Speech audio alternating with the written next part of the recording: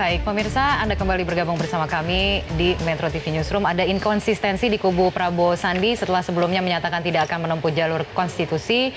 Pasangan calon nomor urut 02 Prabowo Subianto Sandiaga Uno akhirnya mengajukan gugatan ke MK Jumat pekan lalu. Permohonan gugatan pihak BPN diajukan jelang batas akhir pendaftaran gugatan pada Jumat malam 24 Mei lalu dan penyerahan berkas dipimpin oleh Bambang Wijoyanto yang merupakan ketua tim dari kuasa hukum BPN Prabowo Sandiaga Uno. Ada 7 poin tuntutan yang disampaikan oleh tim BPN Prabowo Sandi dalam gugatannya, diantaranya meminta MK membatalkan keputusan KPU soal hasil akhir rekapitulasi suara hingga meminta MK mendiskualifikasi pasangan nomor urut 01. Selanjutnya untuk pengajuan gugatan ini sendiri akan melewati serangkaian tahapan selama sebulan ke depan. Sidang pendahuluan akan digelar pada tanggal 14 Juni hingga nanti sidang pleno pengucapan putusan akan digelar pada tanggal 28 Juni 2019.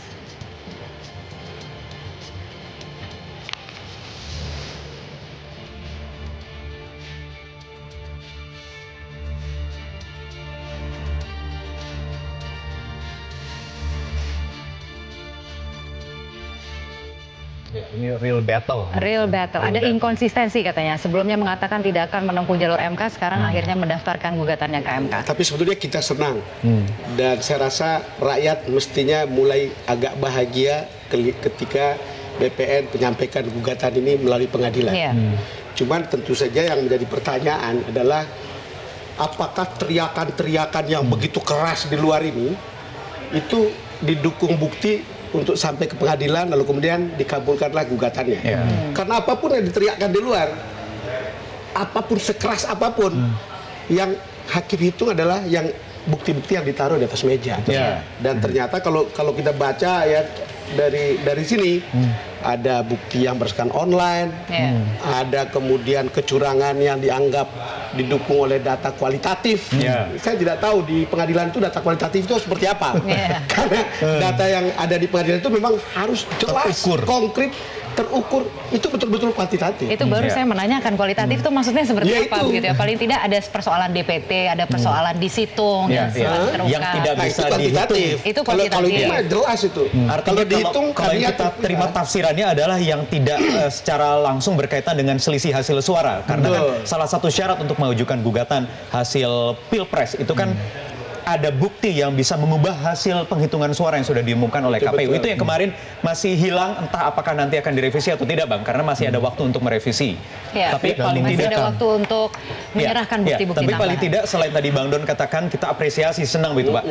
Akhirnya 02 ini memilih jalur yang konstitusional lewat Mahkamah Konstitusi. Tapi sayangnya masih ada sedikit lagi narasi-narasi yang mirip dibangun ketika sebelum Pilpres kemarin, ketika kalau nanti kita kalah berarti kita curang, kalau kita menang kita berhasil mengatasi kecurangan. Ini hampir mirip-mirip sama ketika berdatang itu seperti memukul tuan rumah ketika bertamu gitu Bang. Di dalam ruang Mahkamah Konstitusi menyebut Mahkamah Konstitusi sebagai Mahkamah kalkulator, Mahkamah kezaliman, dan Mahkamah kiamat. Mahkamah kiamat itu kan mengerikan, mendelegitimasi secara tidak langsung. Saya tanya beberapa lawyer senior ya, apakah ini termasuk contempt of court atau tidak? Menurut mereka sebetulnya suara seperti ini memang terlalu keras. Tapi tidak bisa dikategorikan sebagai contempt of court karena ini tidak dalam proses persidangan. Ini kan baru ngomong-ngomong. Tetapi memang orang mengatakan, wah, tidak elok. Ya bukan. Kalau saya mengatakan begitu, apa saya malaikat ya? Kira-kira begitu. Ada banyak kritikan juga yang kayak gitu. dialamatkan. Dia orang mengkritik dan itu normal aja. BB juga pasti menerima kritik seperti ini gitu. Sekarang kan semua persidangan bisa disaksikan secara terbuka, perdebatan secara filosofis, akademis dan normatif bisa disaksikan oleh wartawan, oleh masyarakat secara keseluruhan di layar kaca begitu bagaimana prosesnya. Tinggal bagaimana buktinya memang dibuktikan atau tidak. Ini mencuri start begitu ya istilahnya begitu. Mencuri start. Saya melihatnya seperti itu. Boleh saya sampaikan dulu apa persisnya yang disampaikan oleh Bambang Wijoyanto melalui keterangan pers yang juga disampaikan usai mendaftarkan gugatan dari ketua tim kuasa hukum BPN Bambang Wijoyanto malah terkesan tidak mempercayai independensi MK dan bahkan cenderung mengintimidasi. Berikut ini kita akan lihat ada beberapa pernyataan dari Bambang Wijoyanto yang akan kami kutip dalam grafis berikut ini.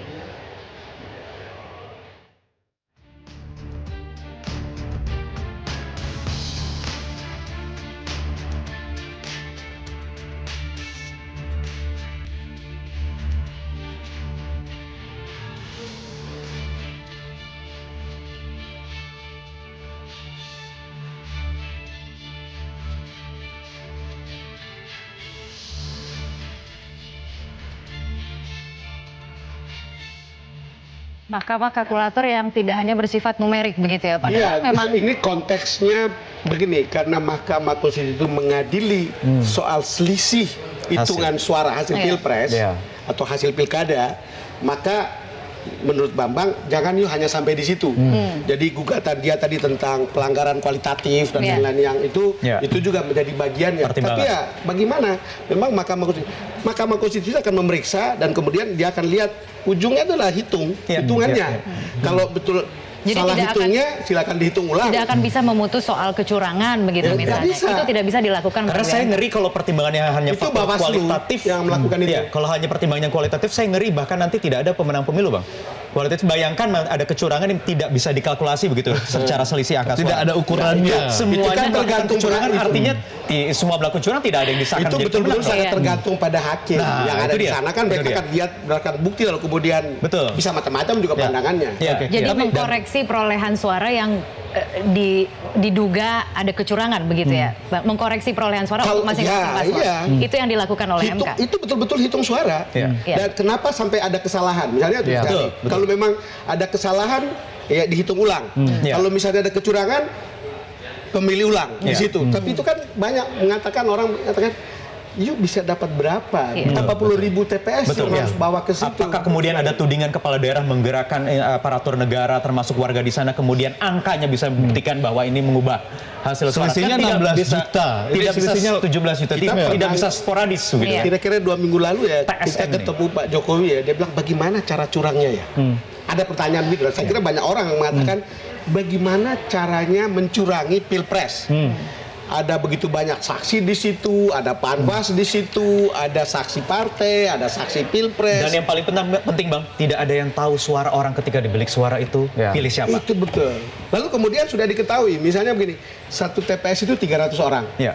Kalau orang menulis 1.300, otomatis salah dong. Ya. Kan Iya. gampang sekali Iya, untuk melihat iya, itu. iya. Atau kalau orang menulis 7.300 dari 300 karena ada angka 300-nya, ya itu susah. Iya. Gimana? Karena semua orang sudah tahu bahwa cukup hanya boleh maksimal 300 Iya, setiap TPS. iya. Tapi yang Oke. ditakutkan adalah dengan statement dari Bambang Wijayanto ini adalah ini upaya mendelegitimasi MK juga setelah upaya Kalau mendelegitimasi itu sudah KPU. sebelum pilpres pun sudah ada ini begitu. ditakutkan juga akan ada mobilisasi massa ketika setelah itu ada pengumuman dari Kan MK. ada Iya. dulu itu ada 7 kontainer surat Iya, sudah iya, dicoblos. iya. Kemudian di Malaysia itu kan proses-proses yang memperlihatkan bagaimana proses delegitimasi itu berlangsung. Oke, baik. Tapi yang pasti Tapi kita tunggu MK. keputusan dari MK Yang ini menguji final itu. begitu Dan ya. itu hoax, Binding, Bang. begitu ya. Itu Dan hoax mengikat. ya. Baik. Itu mengerikannya hoax. Kita tinggalkan dulu kasus yang ini atau perkembangan kasus yang perkembangan gugatan di MK. Kita tunggu tentunya sidang perdana nanti tanggal 14 Juni. Berikutnya kita akan 14 beralih Juni. Dan tolong nonton di Metro. karena kita nonton akan di siarkan Metro, live. betul. Dan kita akan beralih ke peristiwa berikutnya. Ratna Sarumpait dituntut 6 tahun penjara dalam kasus hoax. Kami akan mengupasnya lebih dalam untuk Anda dalam Metro TV Newsroom. Tetaplah bersama kami. Jangan senang merendahkan ya sebuah institusi, saya kira nggak baik. Apapun lembaga yang ada ini dibentuk oleh ketatanegaraan kita agar memiliki sebuah trust dari publik. Jangan sampai direndahkan, dilecehkan seperti itu, saya kira nggak baik. Pada siapapun ya.